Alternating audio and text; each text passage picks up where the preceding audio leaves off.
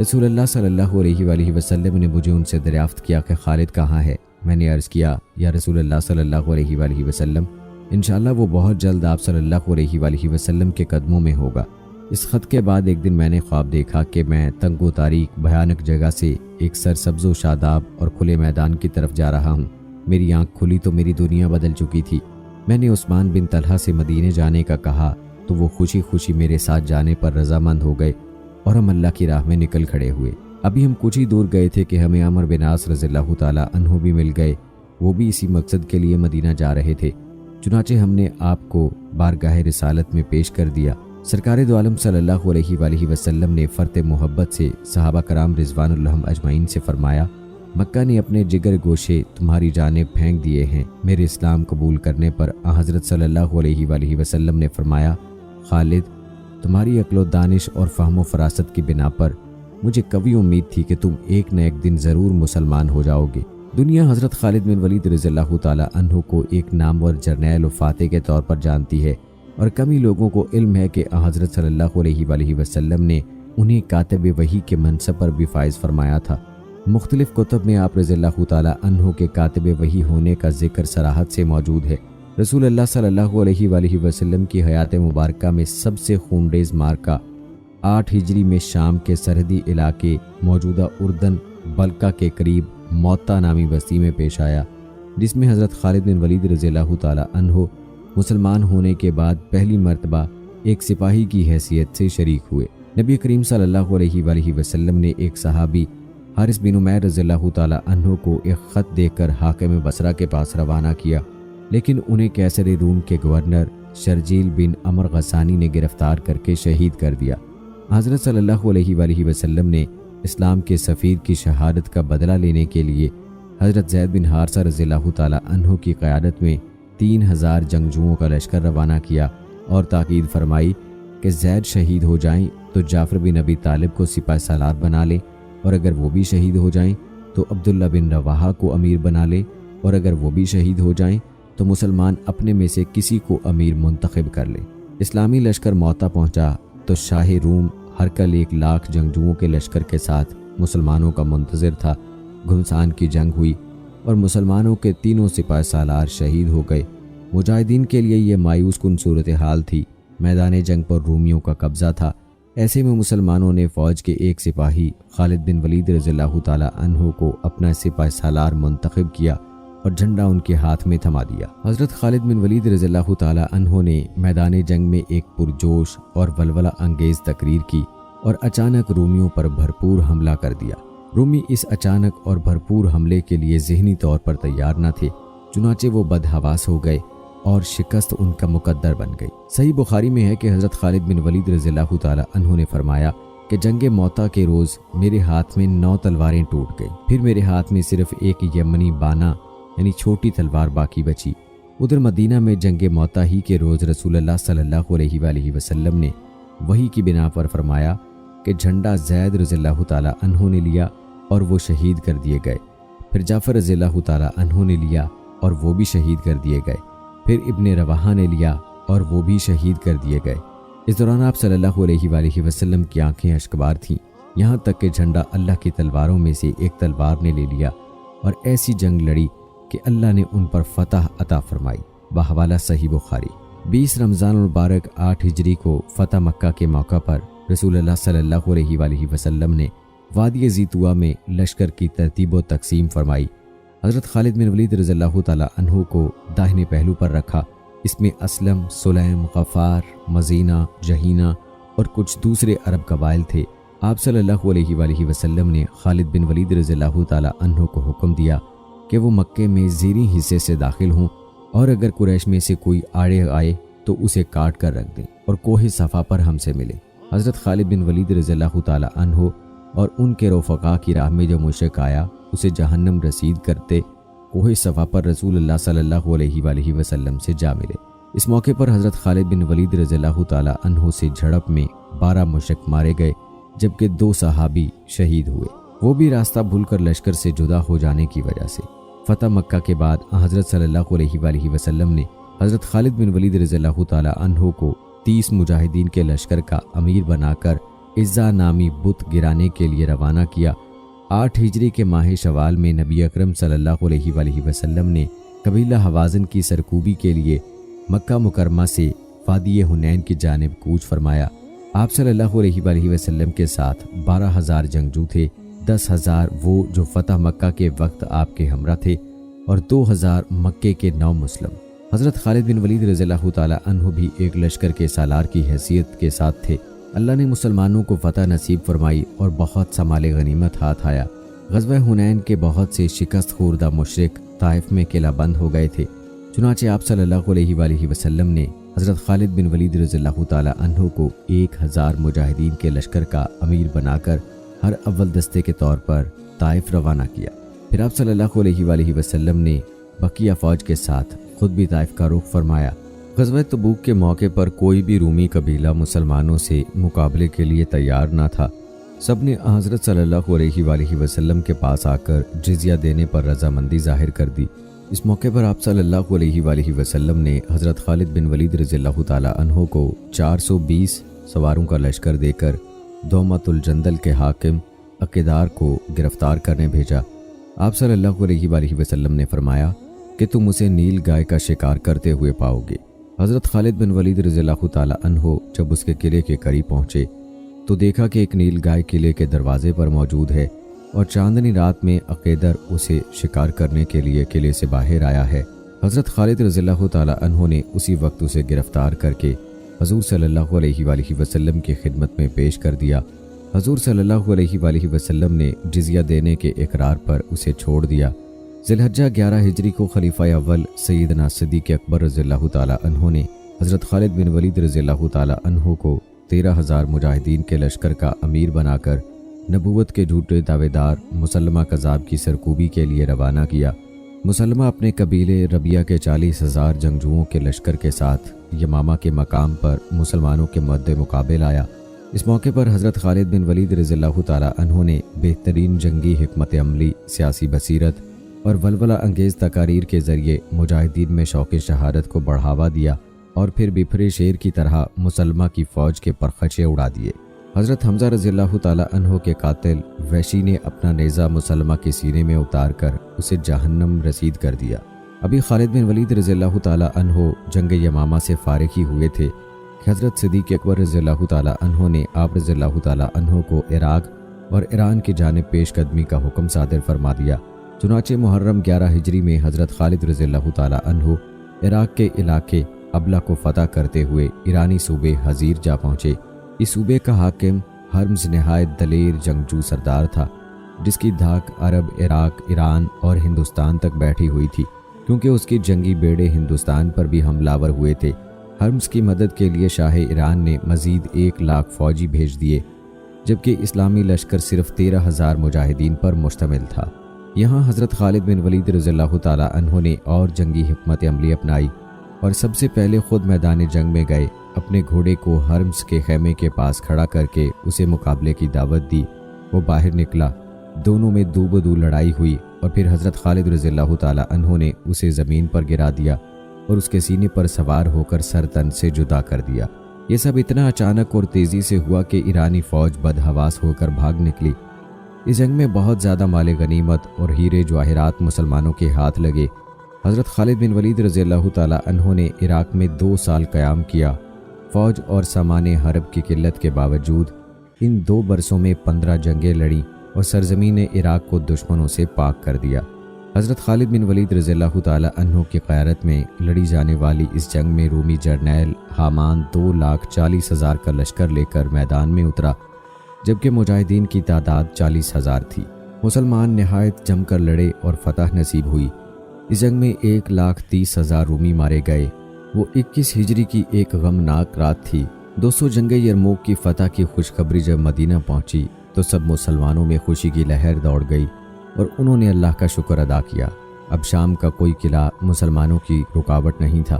بازنطینی حکمران ہرقل نے جب اپنی شکست کا احوال سنا تو اپنے اہل و عیال اور ساز و سامان کے ہمراہ قسطنطنیہ فرار ہو گیا اور جاتے جاتے شام کی سرزمین سے مخاطب ہو کر کہا، اے شام، تجھے جدائی پانے والے کا سلام، تجھے الوداع کہنے والے کا سلام، کیونکہ دکھائی نہیں دیتا کہ وہ کبھی لوٹ کر تیری طرف آئے گا۔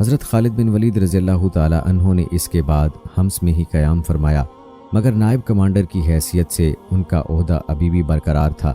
آپ رضی اللہ تعالی عنہ چونکہ اعلیٰ ظرف تھے، یتیموں، مسکینوں اور بیواؤں کی مدد کرنے والے تھے، لہٰذا آپ رضی اللہ تعالی عنہ مال غنیمت میں سے اپنا حصہ بھی تقسیم کر دیا کرتے تھے۔ لیکن کچھ لوگوں نے حضرت عمر رضی اللہ تعالی عنہ سے آپ کی شکایت کر دی کہ حضرت خالد رضی اللہ تعالی عنہ مال خرچ کرنے میں اسراف کرتے ہیں۔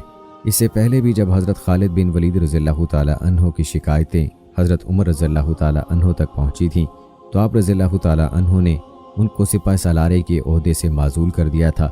اس معزولی کی وجہ یہ بھی تھی کہ لوگ حضرت خالد بن ولید رضی اللہ تعالی عنہ پر بہت زیادہ یقین کرنے لگے تھے۔ حضرت عمر رضی اللہ تعالی عنہ نے یہ سوچ کر ان کو سپہ سالاری کے عہدے سے معزول کر دیا کہ کہیں اللہ پر بھروسے اور توکل میں کمی نہ آ جائے۔ اس مرتبہ بھی شکایت کے بعد حضرت عمر رضی اللہ تعالی عنہ نے ان کو جنگی خدمات ادا کرنے سے منع فرمایا اور مدینہ طلب کیا تاکہ ان سے اس معاملے پر باز پرس کی جا سکے۔ اس سے مسلمانوں میں کافی اختلاف پیدا ہو گیا، لیکن حضرت خالد بن ولید رضی اللہ تعالیٰ عنہ نے ہر موقع پر خلیفہ کے حکم کی اطاعت کی۔ آپ رضی اللہ تعالیٰ عنہ نے اپنی باقی زندگی حمص میں گزارنے کا فیصلہ کر لیا۔ 21 ہجری میں آپ رضی اللہ تعالیٰ عنہ نے حمص میں ہی انتقال فرمایا۔ آپ رضی اللہ تعالیٰ عنہ کے انتقال کی خبر جب مدینہ منورہ پہنچی تو ہر گھر میں کوہرام مچ گیا۔ حضرت عمر رضی اللہ تعالیٰ عنہ خود بھی بہت رنجیدہ ہوئے اور اہل مدینہ کو بھی سوگ منانے کی اجازت دی۔ حضرت خالد بن ولید رضی اللہ تعالیٰ عنہ کے ترکے میں صرف ہتھیار، تلواریں، خنجر اور نیزے ہی تھے۔ ان ہتھیاروں کے علاوہ ایک غلام تھا کہ جو ہمیشہ آپ رضی اللہ تعالیٰ عنہ کے ساتھ رہا کرتا تھا۔ اللہ کی یہ تلوار کہ جس نے 2 عظیم سلطنتوں رومی اور ایرانی کے چراغ بجھائے، وفات کے وقت ان کے پاس کچھ بھی نہ تھا۔ آپ رضی اللہ تعالیٰ عنہ نے جو کچھ بھی کمایا وہ اللہ کی راہ میں خرچ کر دیا، ساری زندگی میدان جنگ میں گزار دی۔ حضرت خالد رضی اللہ تعالیٰ عنہ کو اللہ تعالیٰ نے بہت سارے بیٹوں اور بیٹیوں سے نوازا تھا، مگر آپ رضی اللہ تعالیٰ عنہ کی اولاد کا بڑا حصہ آپ رضی اللہ تعالیٰ عنہ کے انتقال کے بعد شام میں طاعون کی بیماری کے باعث شہید ہو گیا۔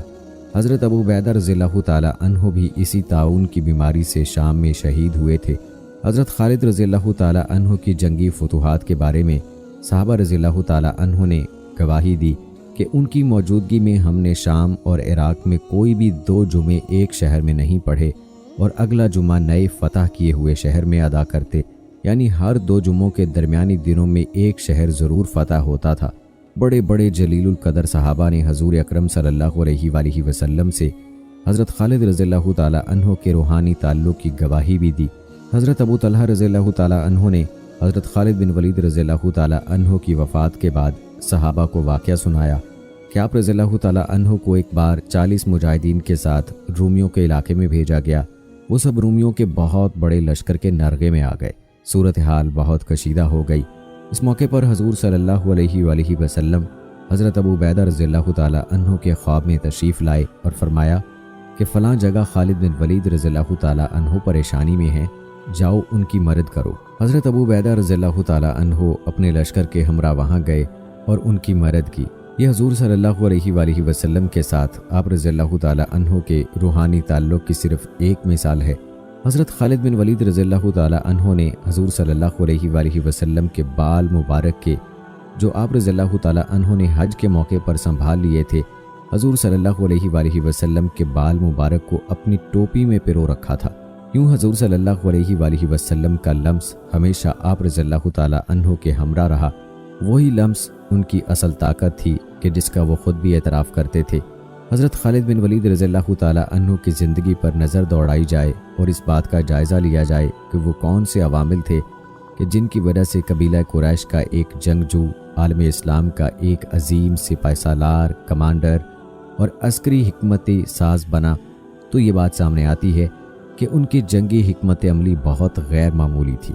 انہوں نے جو جنگی طریقہ اختیار کیا وہ اس زمانے کے لحاظ سے کئی 100 سال آگے کا تھا۔ ان کی جنگی حکمت عملی اس وقت کے اعلیٰ ترین اذہان بھی نہیں سمجھ پاتے تھے۔